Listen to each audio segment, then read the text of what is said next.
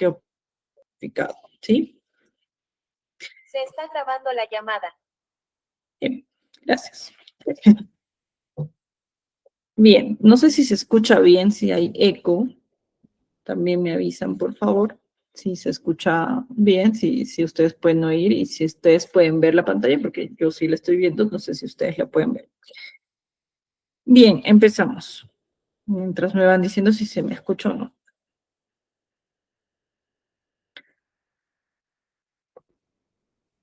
Bien, muchísimas gracias, Rolando.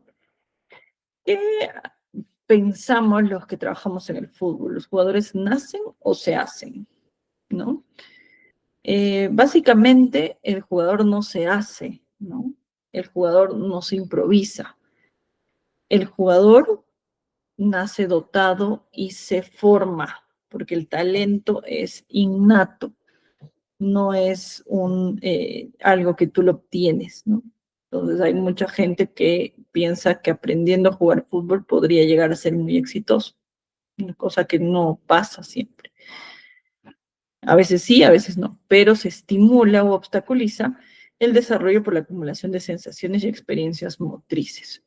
¿Por qué hablo desde la motricidad y no de frente desde la nutrición? Porque todo tiene que ver, en el fútbol todo se une, ¿no? Todo trabaja en conjunto. Si es que hay motricidad, hay buena alimentación. Si es que hay motricidad, hay buena absorción de nutrientes también, ¿sí?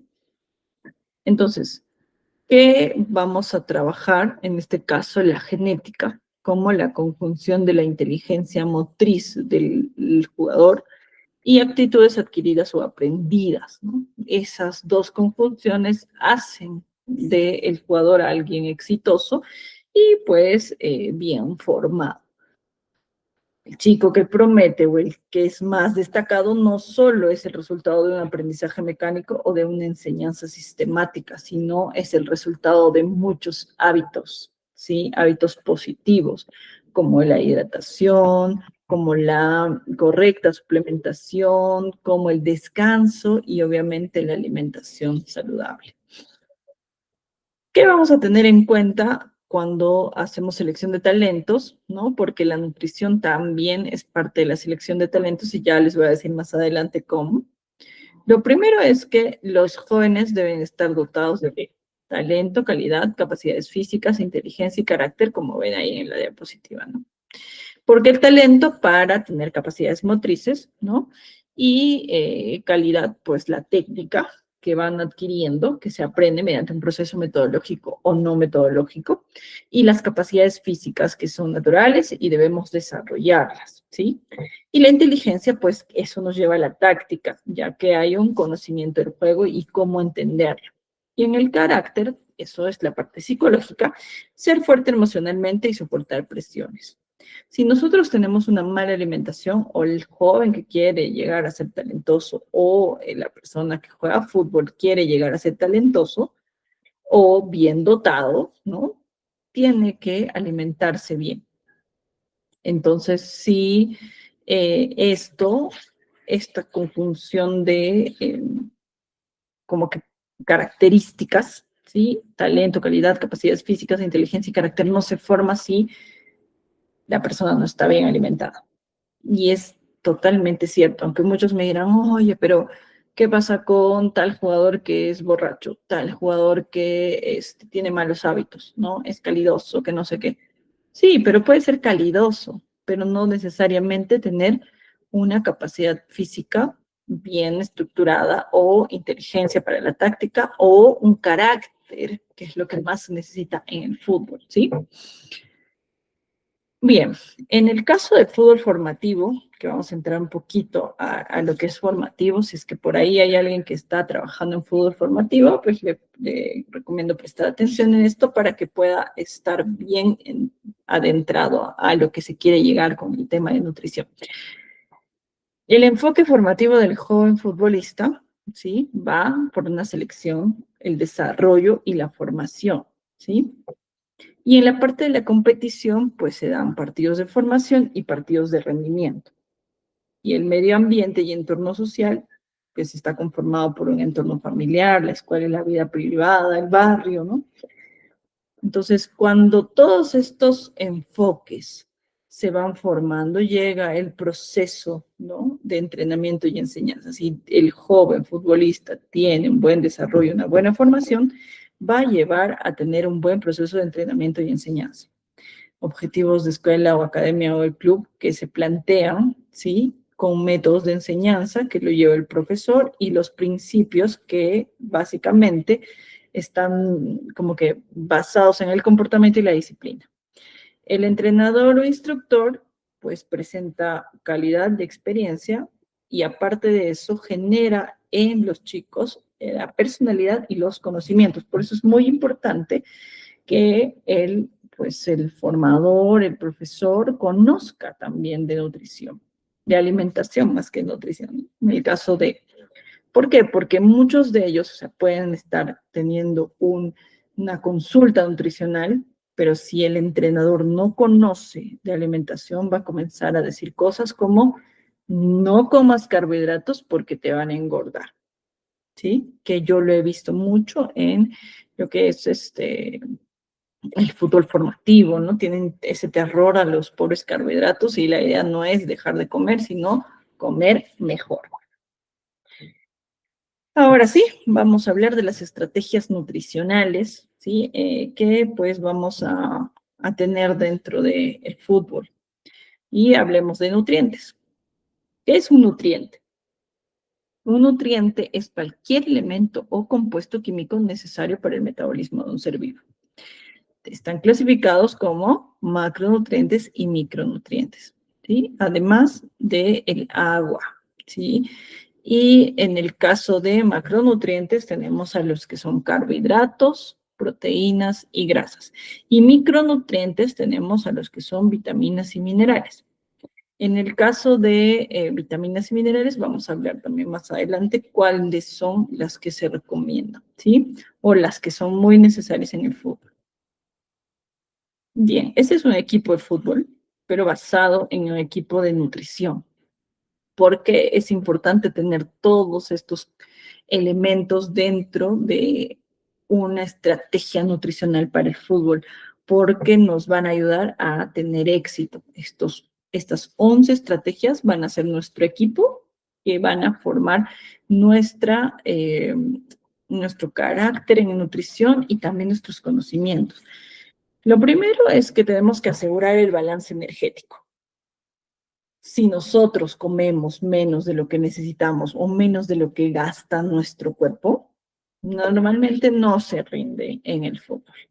Entonces tiene que ir a la par de lo que estamos gastando, de la energía que nos demanda jugar un partido de fútbol. Luego la periodización del carbohidrato. ¿Qué quiere decir esto? El carbohidrato es un macronutriente, acabo de decirlo. Y la periodización quiere decir en qué momento vamos a comer una gran cantidad de carbohidratos y en qué momento vamos a dejar de comer esa gran cantidad.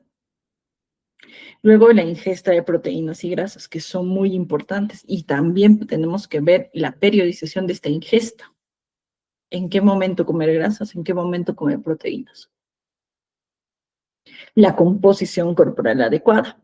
¿Qué es composición corporal? Es el conjunto de elementos que pues están presentes en nuestro cuerpo, que forman las masas, el peso, porque el peso no solo es lo que tiene nuestro cuerpo, sino es el conjunto de las masas que están formando nuestro cuerpo. El buen timing nutricional, ¿qué quiere decir eso? Ya hablamos de periodización, pero ahora vamos a ver el horario de la nutrición, el horario de las comidas, cómo tenemos un buen timing, ¿no? Para que nos ayude. El buen manejo de la suplementación, no consumir suplementos porque lo vi en la televisión que le hizo bien a Cristiano Ronaldo y me va a hacer bien a mí. No somos iguales, ¿sí? Y cada una es independiente hacia la suplementación. La suplementación tiene recomendaciones generales, sí, pero lo mejor es el buen manejo de suplementación individualizado. Luego, la personalización de la hidratación en un equipo de fútbol es muy importante que cada uno conozca lo que requiere de agua, de hidratación, cómo se hidrata, si te hidratas con electrolitos o te hidratas solo con agua. Obviamente hay que tener una estrategia nutricional en viajes, y esto va un poquito más hacia el fútbol profesional, porque ya se viaja, pero tenemos diferentes ya campeonatos en nuestro país, como la Copa Federación, la Sub-18, que también están viajando. Entonces, uno como futbolista o como entrenador de fútbol tiene que conocer esta estrategia nutricional que tiene que llevar en viajes. ¿Por qué? Si el viaje es muy largo, digamos en un bus de 8 o 10 horas, sí se tiene que llevar una comida o un suplemento, ¿sí? O si el viaje va de la altura hacia el llano o del llano a la altura, también tenemos que tener esa mejor estrategia. Luego, un protocolo personalizado durante los partidos. ¿Qué quiere decir? Hay jugadores que van a consumir proteínas, hay jugadores que van a consumir creatina, hay jugadores que van a consumir solo micronutrientes, hay jugadores que solo van a consumir carbohidratos y hay jugadores que solo van a tomar líquidos. Entonces, eso es un protocolo personalizado durante los partidos.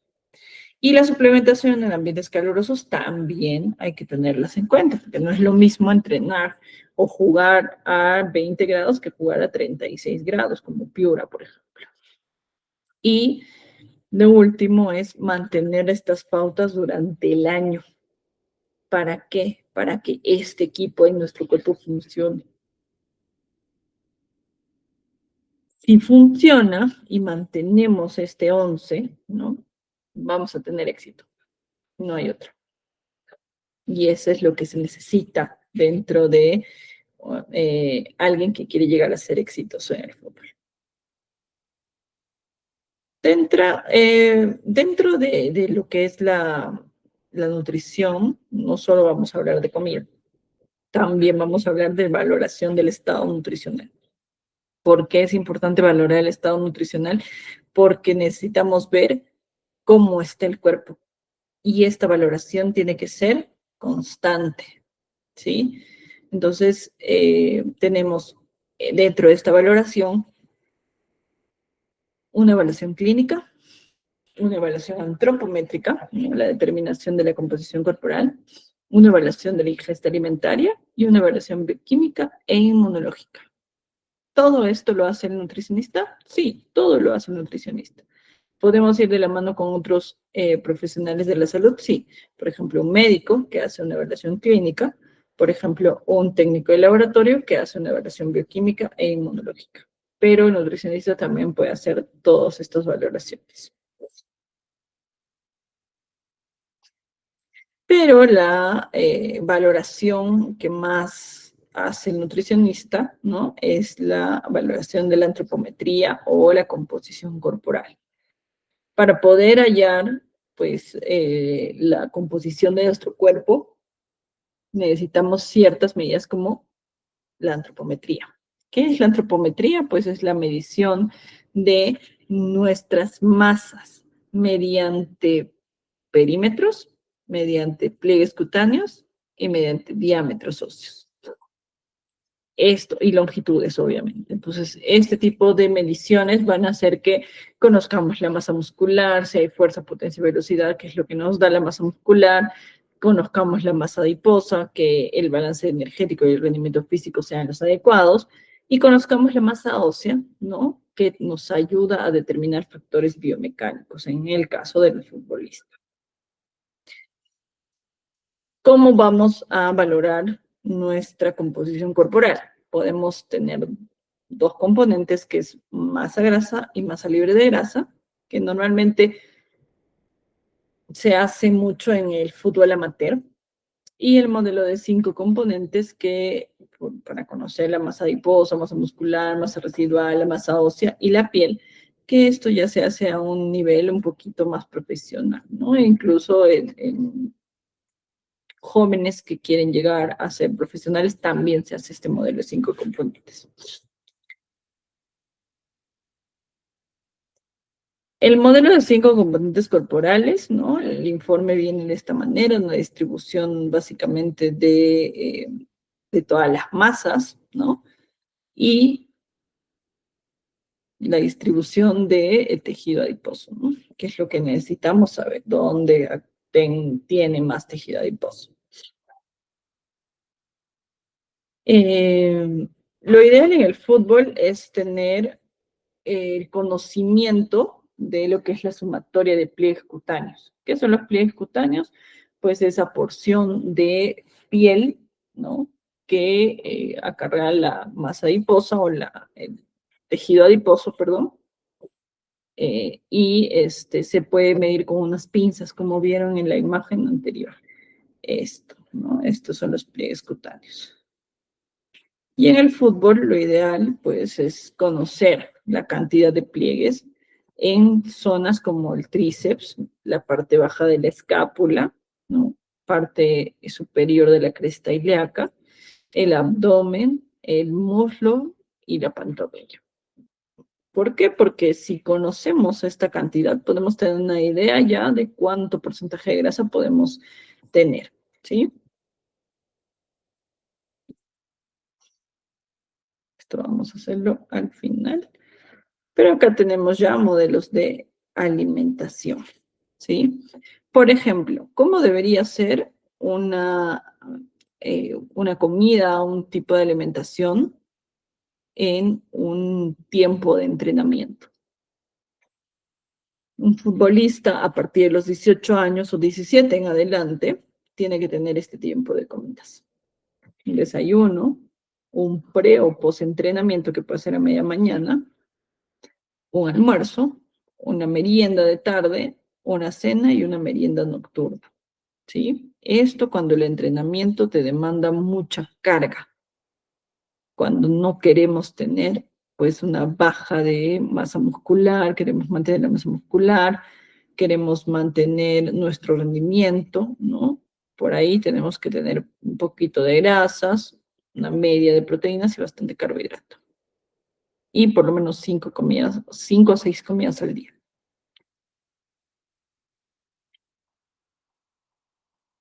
En el caso de un entrenamiento doble jornada, porque sucede, ¿no? No sé si acá tengo entrenadores o solo futbolistas, pero normalmente ponen pues entrenos de doble jornada. Y ahí es donde incrementa la ingesta de carbohidratos, como están viendo. Si vemos el anterior, el ejemplo tenía 375 carbohidratos en un solo entrenamiento. Y en un entrenamiento doble, sí aumenta por lo menos 100 a 120 gramos de carbohidrato para poder recuperar, no así las proteínas y las grasas. ¿Por qué carbohidrato y por qué no aumentar las proteínas, no? Si me dicen, oye, estoy entrenando fútbol en la mañana y fuerza en la tarde. Porque si aumentamos, ¿sí?, también proteínas y grasas, no habría un balance energético correcto para poder, pues, tener un buen performance, una buena composición corporal, ¿sí? En el caso de una doble jornada de fútbol, se hace ese tipo de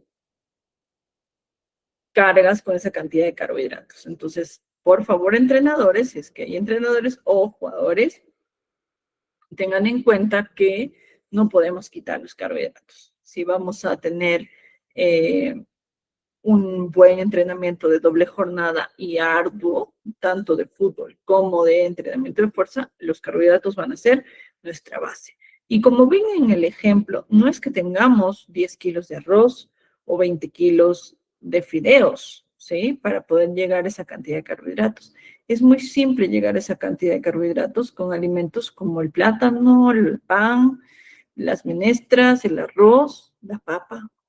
Entonces, no es nada fuera de lo común en lo que estamos acostumbrados, ¿no?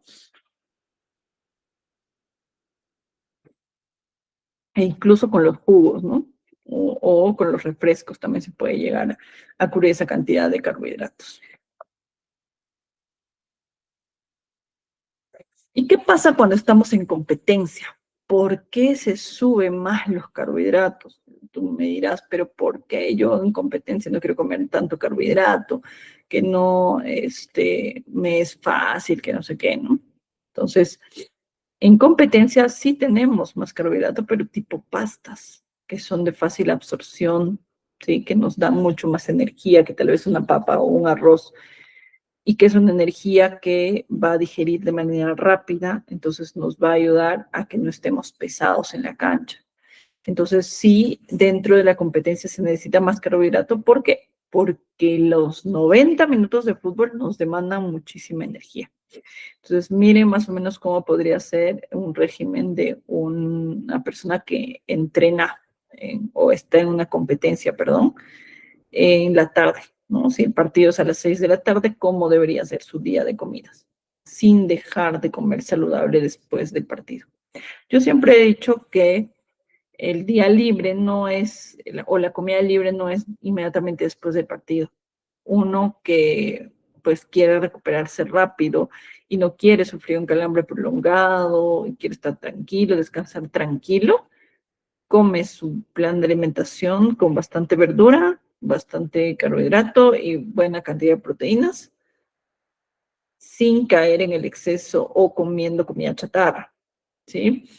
¿Cuándo es el día libre, por así decirlo, o el día en el que puedo salirme de la dieta? El día después de la competencia. Cuando ya me aseguré que en la noche sí consumí mi cantidad de proteínas necesarias para recuperar post partido y cuando no caí en la cantidad de grasas excesivas en la noche.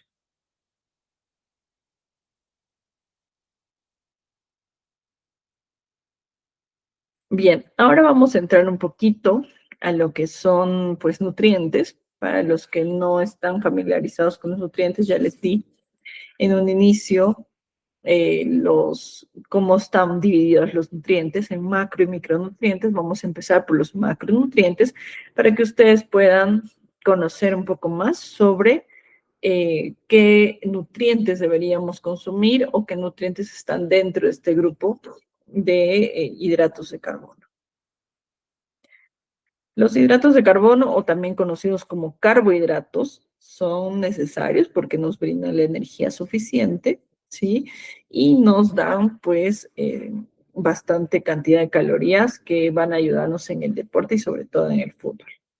Pero existen diferentes tipos de hidratos de carbono. Unos hidratos de carbono que presentan algo que se llama fibra, fibra dietaria, y unos hidratos de carbono que no presentan fibra y que solo nos presentan uno o dos nutrientes, y los hidratos de carbono que nos presentan uno o más nutrientes. Normalmente los hidratos de carbono que debemos consumir no solo tienen fibra, sino también algunos tienen proteínas, algunos tienen grasas, algunos tienen vitaminas, algunos tienen minerales y la mayoría tienen antioxidantes. Y eso lo encontramos en las frutas y las verduras. Entonces, los que tienen más nutrientes que solo carbohidrato es los que vamos a comer. Lo que no tiene nutrientes más que carbohidratos no es que lo dejemos de lado, sino es que hay momentos en los cuales van a ser usados. Por ejemplo, si dentro de una competencia necesitamos 600 gramos de carbohidrato, a veces para llegar a esos 600 gramos de carbohidrato tenemos que utilizar carbohidratos o hidratos de carbono que no tengan otros nutrientes, como las golosinas. Entonces, no es loco que un futbolista dentro de la competencia pueda consumir hidratos de carbono para llegar a la cantidad que necesita durante el día de competencia. No es todos los días, es solo el día de competencia. Entonces, sí se hace saludable que una persona o un futbolista consuma este tipo de alimentos una vez cada cierto tiempo que está jugando. ¿Por qué son importantes los carbohidratos? Porque estos nos ayudan a la recuperación del glucógeno después del ejercicio. ¿Qué es el glucógeno muscular? Bueno, también está el glucógeno hepático, pero el más importante es el muscular, porque es un elemento que nos va a ayudar a formar nuestra masa muscular, a darle vida, a nutrir nuestra masa muscular. Entonces, sí o sí necesitamos recuperar la pérdida porque se acaba. Nuestra primera reserva de glucógeno está en el hígado y nuestra segunda está en el músculo. Entonces, si nosotros no consumimos carbohidratos, no tenemos la gran cantidad de glucógeno que necesita nuestro cuerpo para poder hacer las actividades que debe, como el entrenamiento o el partido.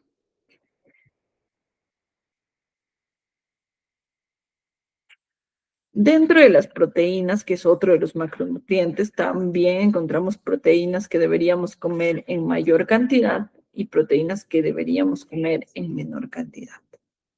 Las proteínas que debemos comer en mayor cantidad son las carnes magras. ¿Qué quiere decir magro? Que no tiene grasa. Entonces, sí es importante que podamos reconocer las proteínas que nos van a llevar a que tengamos buena cantidad de nutrientes en nuestro cuerpo para formar masa muscular o para poder hacer el ejercicio, el entrenamiento, tener un buen performance en el fútbol. ¿Cuáles son? Estaban los huevos, todas las carnes, como les dije, los pescados, los lácteos y derivados. ¿Sí? Entonces, esos son las proteínas que debemos consumir en mayor cantidad. También están las menestras, ¿sí? En las menestras también encontramos proteínas de buena calidad y que las debemos seguir consumiendo.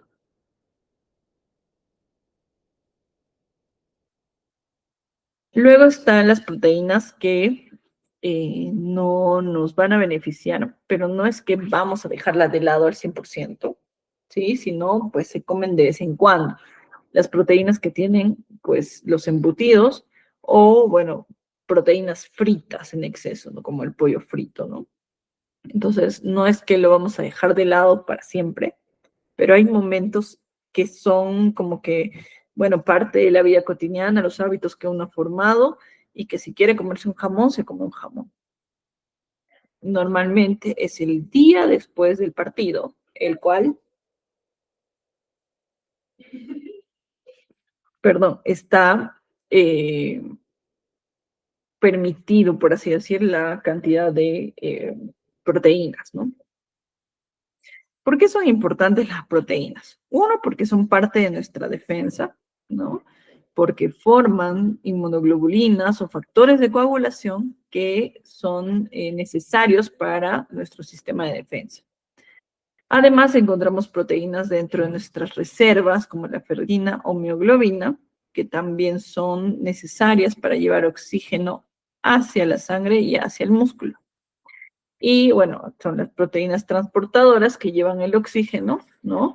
Como la hemoglobina, las apoproteínas y la albúmina. Y también encontramos, bueno, son importantes las proteínas porque son parte de la estructura de nuestro cuerpo. La queratina del cabello o las uñas, el colágeno de nuestra piel y la elastina también de la piel.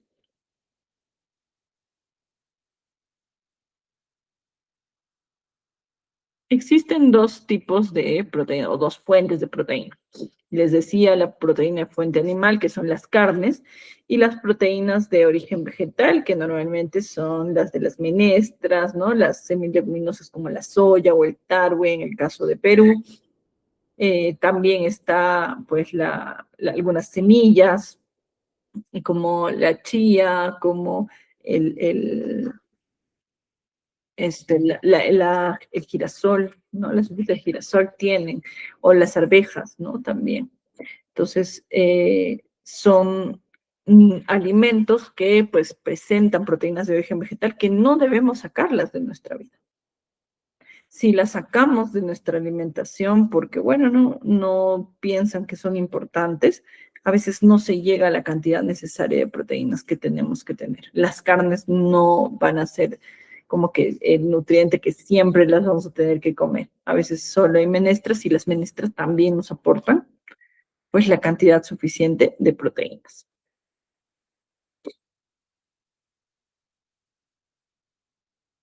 En el caso de las grasas, ¿no? Hay grasas que sí podemos comer todo el tiempo y hay grasas que no vamos a comerlas todo el tiempo. Las grasas que sí podemos comerlas todo el tiempo provienen de los alimentos naturales, como por ejemplo los frutos secos, la palta, el aceite de oliva, las aceitunas, las semillas de girasol o la mantequilla de maní, ¿no? O incluso la mantequilla de la leche. Y bueno, la grasa como de los pescados, por ejemplo, ¿no? O del huevo. Pero las grasas que no debemos consumirlas, ¿no? De manera continua, por ejemplo, está las frituras, ¿sí? Los carbohidratos fritos, como las papas fritas, ¿no? La margarina, por favor, no consuman margarina, y sobre todo los que son deportistas, porque genera mucha inflamación. Entonces, sí vamos a evitar eso. Y hay 3 tipos de grasas, ¿no? Estábamos hablando, las grasas saturadas, que son las grasas provenientes de los animales, las grasas insaturadas, que provienen de los vegetales o del pescado, y las grasas hidrogenadas, que son provenientes de la industria. No hay grasas hidrogenadas naturales, ¿sí? Las grasas saturadas son buenas, pero en exceso son perjudiciales porque son inflamatorias y aumentan el colesterol, ¿sí? Las grasas insaturadas o poliinsaturadas son saludables para el corazón, el colesterol, la circulación, son antiinflamatorias, entonces esas son las que recomendamos en el fútbol, sobre todo después de un partido o un entrenamiento. Consumir grasas poliinsaturadas o insaturadas después de un partido te asegura la recuperación mucho más allá que solo comiendo proteínas o que solo comiendo carbohidratos, ¿sí? Entonces, lo ideal es sí tratar de consumir grasas insaturadas después de un partido o un entrenamiento muy fuerte, ¿no? O un doble entreno. Bien, y bueno, las grasas pues normalmente son necesarias, ¿no? ¿Por qué? Porque también alimentan a nuestras neuronas. Entonces, no podemos quitar las grasas de nuestra vida porque si no, no podemos alimentar las neuronas.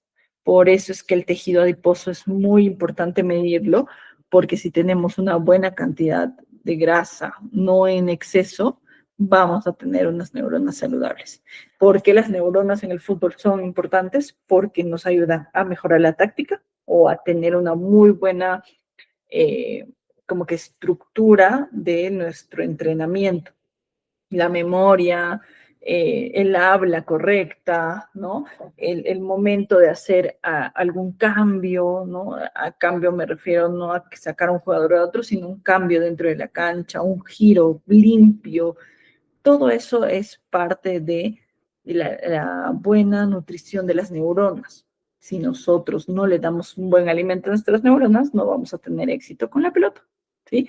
Así que vuelvo a repetir, los que son profesores, los que están enseñando a los alumnos, hay que tener esa capacidad de poder explicarle que el consumo de grasas, sobre todo insaturadas, son necesarias, ¿ya? Y bueno, también están los micronutrientes como vitaminas, que la verdad en deportistas su requerimiento es 3 a 4 veces más comparado con una persona normal. Por eso es que muchas veces se recurre a la suplementación, ¿sí? Entonces es necesario que vayamos suplementando a los deportistas que realmente tienen una muy buena jornada, dobles entrenamientos para evitar que haya mucho cansancio, para que haya una buena función de los órganos en el cuerpo, ¿no? Para evitar lesiones, para evitar un calambre prolongado, los micronutrientes nos van a ayudar y sobre todo las vitaminas. Entonces, muchas veces se da la suplementación porque a veces con la alimentación no llega a cubrir lo que necesita el deportista, en este caso el futbolista. Así que sí es casi necesario que a nivel profesional, sobre todo, sí o sí se suplemente con vitaminas. Mientras, sobre todo cuando uno está en competencia, ¿ya? Dentro de las vitaminas encontramos 2 grupos grandes. Las vitaminas hidrosolubles, que quieren decir que se absorben mejor con los líquidos, ¿no? Sobre todo los líquidos de eh, la, los líquidos de los alimentos, ¿sí? Y también está las vitaminas liposolubles, que pues se absorben mejor con alimentos grasos, o los encontramos en mayor cantidad en alimentos grasos. En el caso de las vitaminas hidrosolubles, encontramos al complejo B y la vitamina C. En el caso del complejo B, ¿por qué es importante? Porque ayudan en el papel de la producción de energía y lo encontramos en alimentos que producen energía como el huevo y la quinoa. Y la vitamina C también, que es un potente antioxidante y que es necesario tanto para antes del entrenamiento y después del entrenamiento evitar que se formen muchas sustancias que no son buenas para el cuerpo cuando se hace ejercicio con estrés, son necesarias. Y la vitamina C la encontramos en cítricos en mayor cantidad. Las vitaminas liposolubles, como la vitamina A y la vitamina E, son antioxidantes, ¿sí? Que quieren decir que nos van a ayudar también a que el cuerpo entre en un estado de no lesiones si es que lo consumimos de manera correcta y constante. Y en el caso de la vitamina D y la vitamina K, pues nos van a ayudar mucho en lo que es la inmunidad celular, ¿sí? ¿Dónde encontramos estas vitaminas liposolubles? Como les dije, en alimentos que contienen grasita, puede ser, por ejemplo, en el aceite de maíz, en el caso del queso, en el caso del hígado, ¿no? Las vísceras tienen bastante vitamina A y también las espinacas. Vitamina K las encontramos en alimentos de color verde, ¿no? O también el tomate. Y algo nuevo y que quiero compartir con ustedes, con todos los que han ingresado, son los biocompuestos para una recuperación. ¿Por qué es importante recuperar, ¿no? Después de el entrenamiento o el partido? Porque el cuerpo necesita estar en un estado antiinflamatorio para poder regenerar la masa muscular o evitar la pérdida de la masa muscular. Entonces hay biocompuestos que nos ayudan a que esa recuperación sea más exitosa y sea más rápida. Por ejemplo, ¿no? Los polifenoles, los carotenoides, los glucosilatos, la EPA y DHA, ¿no? ¿Y por qué son importantes? Porque los encontramos en alimentos naturales, ¿sí? Estos no necesariamente tienen que ser suplementados, pero por ahí, si es que, digamos, una persona está en constante competencia, un futbolista está en constante competencia, sí podríamos suplementar porque con la alimentación a veces no es suficiente. Pero si no está en constante competencia y solo está en entrenamiento, si tiene competencias 1 o 2 veces al mes, sí podría llegar a cubrirse solo con alimentación. ¿Qué son los polifenoles? ¿Sí? Los polifenoles los encontramos en ciertos alimentos y son sus biocompuestos, son su, como les digo, la unidad mínima de función de ese alimento. Por ejemplo, en el caso del jengibre encontramos el gingerol. ¿Por qué el gingerol es tan importante? Porque es la sustancia más antiinflamatoria que existe en el planeta y que sola puede actuar. O sea, tú te comes jengibre o te tomas jengibre y solo ya te está entrando, o sea, te está dando un ambiente de antiinflamación. La cúrcuma, ¿no? Que nos produce la curcumina, la famosa curcumina, ahora está muy, muy de moda, por así decirlo, porque pues encontramos en todo lado las cápsulas y las sustancias que venden cúrcuma, ¿no? Pueden ser en gotitas, pueden ser en polvo, en cápsulas y todo eso, porque la curcumina también genera un estado antiinflamatorio en el cuerpo. Pero la cúrcuma es muy diferente a la curcumina. La curcumina es el biocompuesto activo de la cúrcuma. ¿Cómo se obtiene curcumina de la cúrcuma? Solo combinándola con pimienta y con un alimento graso. Entonces, lo ideal es juntar la curcumina con la piperina de la pimienta, ¿sí? Y un poco de sustancias grasas, ¿no? Como por ejemplo leche de almendras, que es lo que yo siempre, o leche de coco, ¿no? Para que este sabor extraño de la cúrcuma con pimienta no sea diferente. O también es muy válido ponerlo en las comidas. Entonces, hacer comidas con pimienta y con cúrcuma va a ser de mejor calidad. Por ejemplo, un ají de gallina. No, ustedes me dirán, pero es muy calórico, es muy graso. No, es suficiente para estar en un estado antiinflamatorio, siempre y cuando no se utilice mucho ají amarillo, ¿sí?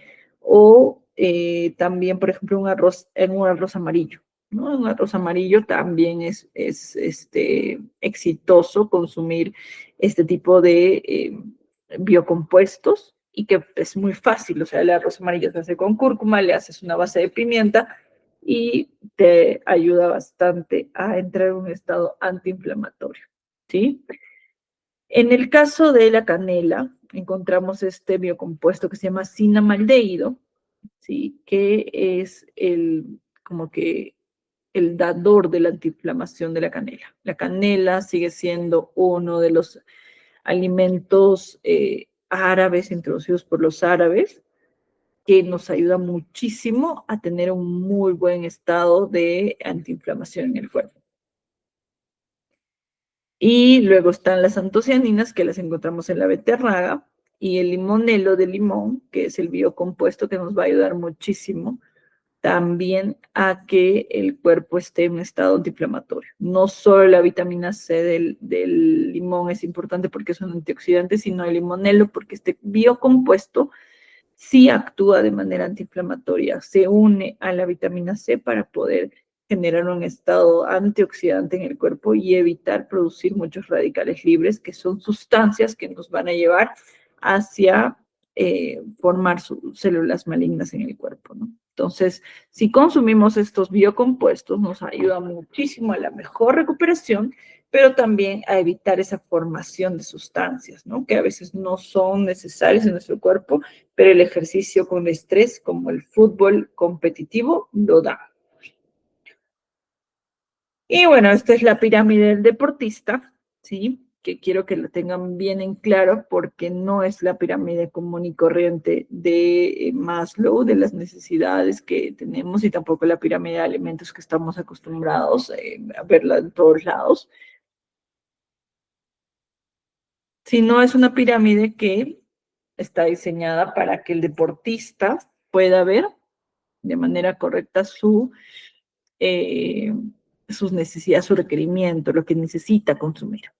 En primer lugar, en la base, lo más importante son los carbohidratos. Como ven ahí, grupos de pan, cereal, arroz, pasta, frutas, ¿no? Frutas que tienen bastante azúcar, como el plátano, como la uva, y verduras también, verduras que nos ayudan, como las zanahorias, como la beterraga, que tienen también bastante azúcar, que nos van a ayudar a que tenga una buena base de energía el deportista, que los carbohidratos sí sean bien, eh, como que bien distribuidos para una sesión tanto de entreno, doble entreno o sesión de competencia. Luego está en el segundo peldaño, están los lácteos, ¿no? Como la leche, el yogur, el queso, y el grupo de las carnes rojas. Como ven, no es lo más importante, pero sigue siendo importante.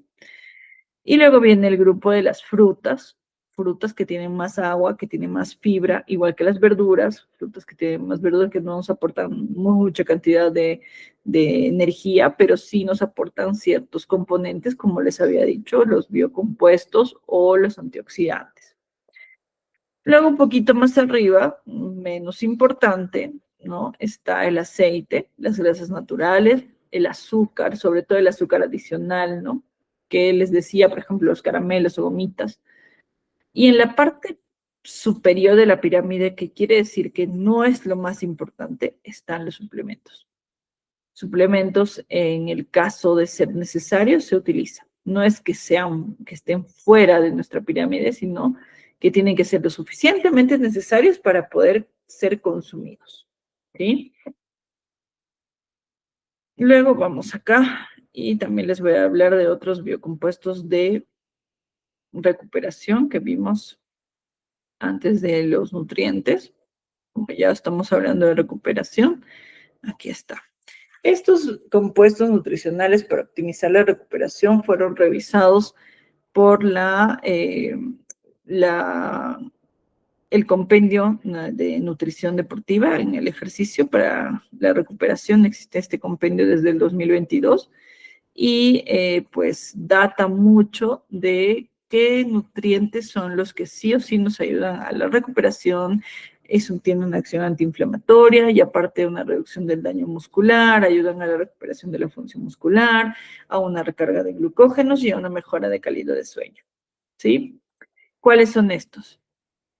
En el caso, por ejemplo, del omega 3, tiene una acción antiinflamatoria y aparte de eso, ayuda a la reducción del daño muscular y a una recuperación de la función muscular.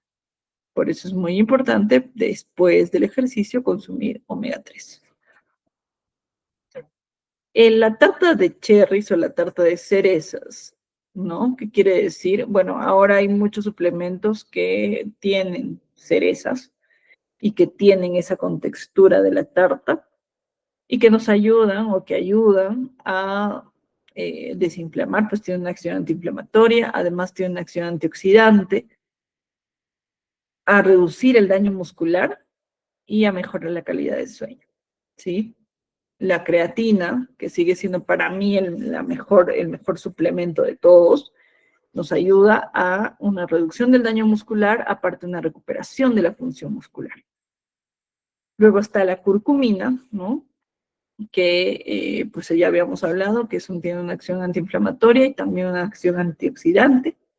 La granada, el fruto de la granada y sobre todo el extracto de granada, tiene una acción antiinflamatoria muy potente, pero también es muy antioxidante. Entonces, después de un entrenamiento o un partido, la granada viene perfecto. Luego están los BCAAs, ¿no? Los aminoácidos de cadena ramificada, ¿sí? Que pues te ayudan a reducir el daño muscular y también ayudan a la recuperación de la función muscular. Ahora, ¿todos pueden consumir BCAAs? No. Hay ciertas personas que no necesitan consumir BCAAs y hay otras que sí. Entonces, no es algo que le vaya a funcionar a todos. Esto es una recomendación general, pero no es que le vaya a funcionar a todos, ¿no? Y luego está el hidroximetilbutirato, el HMB, más conocido como HMB, que te ayuda muchísimo a lo que es la reducción del daño muscular y a la recuperación de la función muscular. Entonces, son sustancias, son suplementos que sí podrían ir para una recuperación muscular, pero no es para todos. Hay que evaluar primero a la persona para poder darle ese tipo de nutrientes o ese tipo de suplementación. Luego está la vitamina D, que pues tiene una ayuda a la reducción del daño muscular y también a la recuperación de la función muscular. Luego está el jugo de remolacha o el jugo de beterraga, ¿no? Que tiene una acción potente antiinflamatoria, tiene una acción antioxidante muy buena y aparte ayuda a la reducción del daño muscular. ¿Por qué? Porque tiene algo que se llama óxido nítrico, ayuda al cuerpo a producir óxido nítrico. Luego está la L-citrulina, que también es otro suplemento, que también tiene acción antioxidante y también pues reduce el daño muscular. Después está la vitamina C, ¿no? La vitamina C que pues tiene una acción muy antioxidante, como les dije, y también ayuda en la reducción del daño muscular. Entonces, consumir vitamina C antes o después del entrenamiento, antes o después de un partido, vendría bien. ¿Por qué? Porque también ayuda, ¿no? Entonces, sí te ayuda muchísimo. Luego está, bueno, el Black Currant son como grosellas, bayas, ¿no? Que son negritas. En nuestro caso podríamos compararlos con el arándano, ¿no? Pero no es necesariamente un arándano, sino es otro tipo de bayita, o una mora, que sí tiene una acción antioxidante y pues también tiene una acción antiinflamatoria. La bromelina, que ayuda a la recuperación de la función muscular y tiene una acción antiinflamatoria muy, muy buena, también es importante. La L-glutamina, ¿no? Que más bien en el caso de la reducción del daño muscular, la recuperación de la función muscular viene por el intestino, también te ayuda muchísimo, ¿no? El consumo es sobre todo para mejorar la función intestinal. Y bueno, el más conocido ahora que es el ashwagandha, que ayudan a mejorar la calidad del sueño y la modulación del estrés. Porque en el futbolista, sobre todo que está en competencia, es necesario consumir este tipo de suplementos porque pues ayuda a que disminuya el estrés y pueda mejorar el sueño. Cuando un futbolista mejora el sueño, mejora su capacidad de rendimiento. Tenemos la L-carnitina. Bueno, este último cuadrito no es que sea al 100% recomendado, ¿sí? Tiene una evidencia muy baja, ¿no? Para poder ser, como que incluidos en una recomendación general. Pero lo menciono porque sí tiene, o sea, hay evidencia de que a cierto grupo de personas les funciona la L-carnitina, el ginseng, que es antiinflamatorio, la cafeína, que te brinda energía, ¿no? Y que también te ayuda a la recuperación de la función muscular, la taurina igual, ¿no? Tanto reduce el daño como que mejora la función muscular, la vitamina E, que es antioxidante, el jengibre que hemos hablado, que es antioxidante y antiinflamatorio, la valeriana, la cava y el lúpulo, que te ayudan a mejorar la calidad del sueño. Entonces, no son sustancias que van a ayudar a todos los grupos de futbolistas, pero sí a ciertas edades. Por ejemplo, la valeriana no se le da a niños, ¿no? Pero sí puede ser a adultos futbolistas.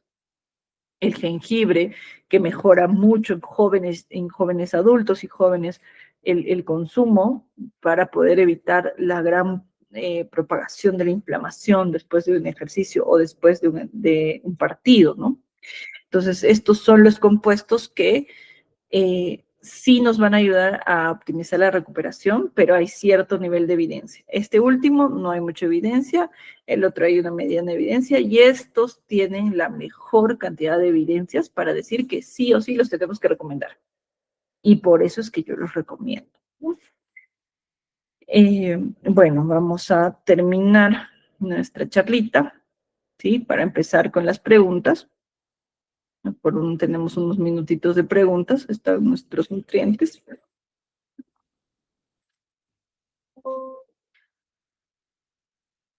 Para que ustedes puedan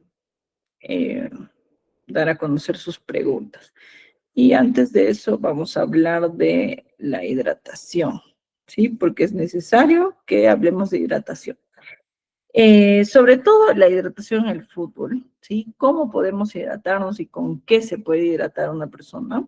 Básicamente con agua, pero también con bebidas rehidratantes. ¿Cuándo debo hidratarme con agua?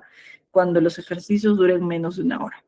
¿Y cuándo debo consumir bebidas rehidratantes? Cuando las sesiones son de 2 o más horas y sobre todo hay pérdidas de sales, ¿no? Entonces, siempre y cuando la temperatura de ambiente no sea excesiva, vamos a esperar de 2 o más horas para tomar rehidratantes. Si la temperatura de ambiente es muy alta, como por ejemplo en Piura, sí es necesario consumir bebidas rehidratantes. Bien, fuentes de ingesta diaria de agua pueden ser los alimentos, las bebidas o el agua metabólica que está dentro de nuestro cuerpo. Alimentos con agua, por ejemplo, las uvas, las verduras, ¿no? Como la lechuga, el pepino, ¿no? También están las fresas, también está básicamente ay, se me fue. Eh, bueno, el agua, ¿no? Los refrescos, los jugos, ¿no?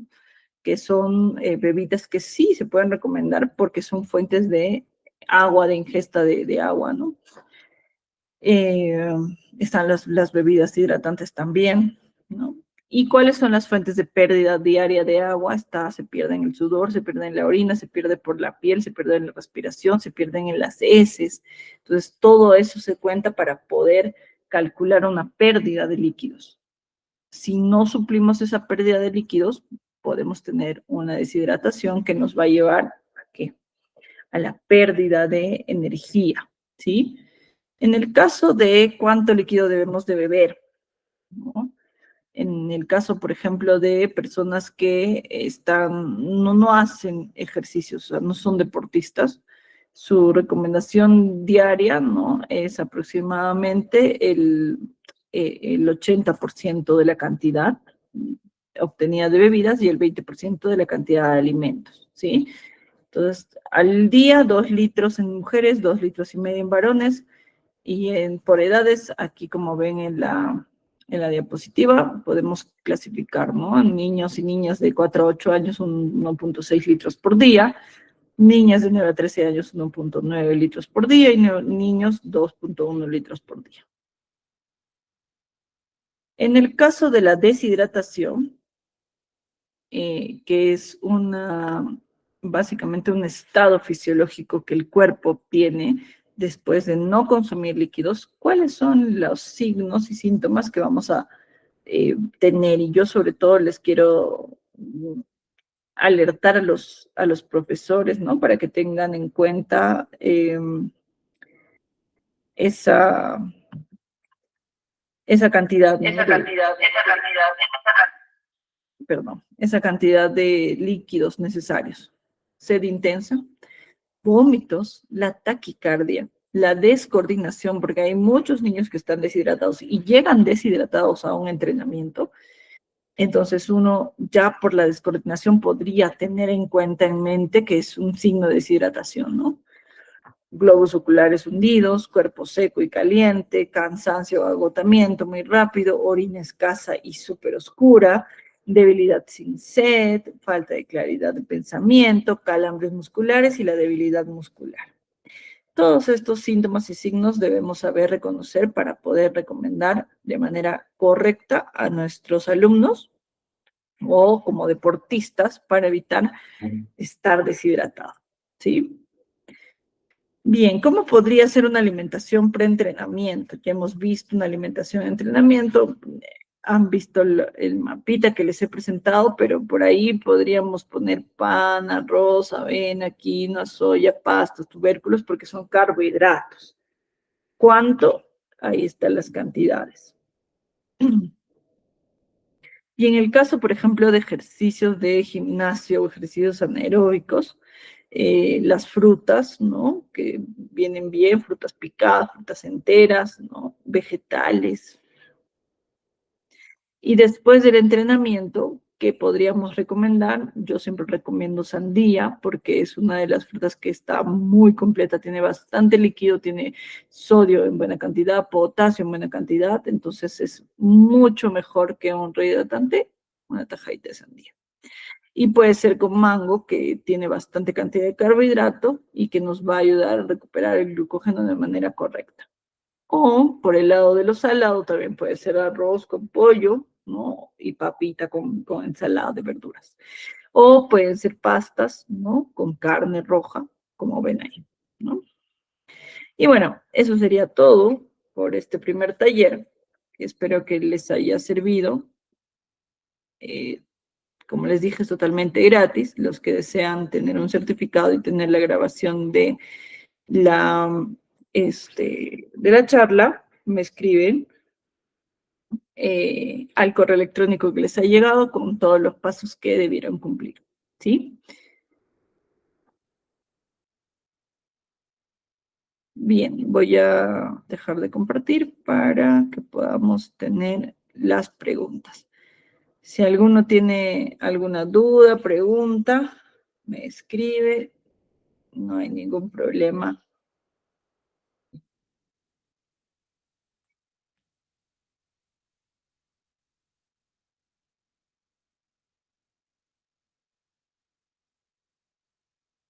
Pueden abrir micrófono también, no están silenciados, así que no hay ningún problema. Bien, a ver. Buenas noches. ¿Cómo y cuándo debemos de tomar la creatina? ¿A partir de qué edad pueden los niños adolescentes deportistas tomarla? Bien, en el caso de la creatina, normalmente se evalúa un poco la ingesta. No está contraindicada en la niñez, entonces a partir de los 6, 7 años que ya tienen un poquito más fuerte el entrenamiento, podría ser recomendada, ¿no? ¿Cuándo? Yo lo recomiendo si es que es para mejorar el entrenamiento, si antes del entrenamiento, si es para mejorar la recuperación, ¿sí? Que ese es el objetivo principal de la creatina, después del entrenamiento. Puede ser inmediatamente después del entrenamiento o puede ser en cualquier momento después del entrenamiento, ¿sí? Y no está contraindicada en niños, así que como les dije, a partir de los 6 o 7 años son los que yo estoy recomendando creatina.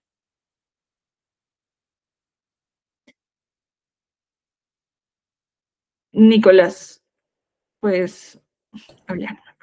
Sí, buenas noches. ¿Se me escucha? Se te escucha. Buenas noches, Nutri. Sí, una consulta. En la parte donde indicó en la PPT sobre la alimentación, antes y habían los gramos de proteína, carbohidratos, ¿no? Y grasas, ¿eso era por cada tiempo de comida o era por todo No, un día? en general, por un día de entrenamiento, por un día que tengas dobles o por un día que tengas competencia. Y Ah, eso es en un peso estándar, obviamente no es como que, digamos, si tú pesas 40, 50 kilos o 70 kilos, no, hombre, es un peso estándar de 65 kilos. ya, ok, les decía. Y una última consulta. ¿Qué recomendaciones le daría, no? Por ejemplo, vi que daba 6 tomas de comida, ¿no? Entonces, la distribución en porcentajes, ¿no? Digamos, en el desayuno, una recomendación así básica. ¿Qué porcentaje de las calorías totales sería bueno, ¿no? En el desayuno, en la media mañana, almuerzo, media tarde, cena, y creo que también le indicó una merienda nocturna, ¿cierto? Así es. Las meriendas llevan entre 8 a 10%, porque normalmente son con suplementos. Y de ahí el desayuno, almuerzo, entre 20 a 25% de las calorías necesarias, ¿no? Y por ahí la cena igual, entre el 20 o 25%. Ok, Nute, muchas gracias. Bien, ¿alguien más? ¿Alguna duda, consulta? Pueden escribir, pueden abrir el micrófono, no hay ningún problema.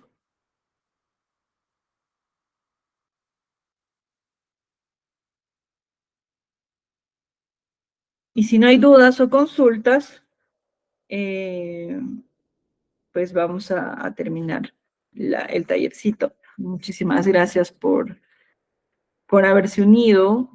Bueno, se inscribieron muchas más personas, pero siempre hay cosas que hacer. Como les dije, está abierta la posibilidad de obtener un certificado de participación y, bueno, les debió llegar un correo electrónico con los requisitos para obtener el certificado, y a los que obtengan el certificado se les va a dar la charla en grabación, ¿sí? Muchísimas gracias a los que se unieron. Muchísimas gracias a los que preguntaron también.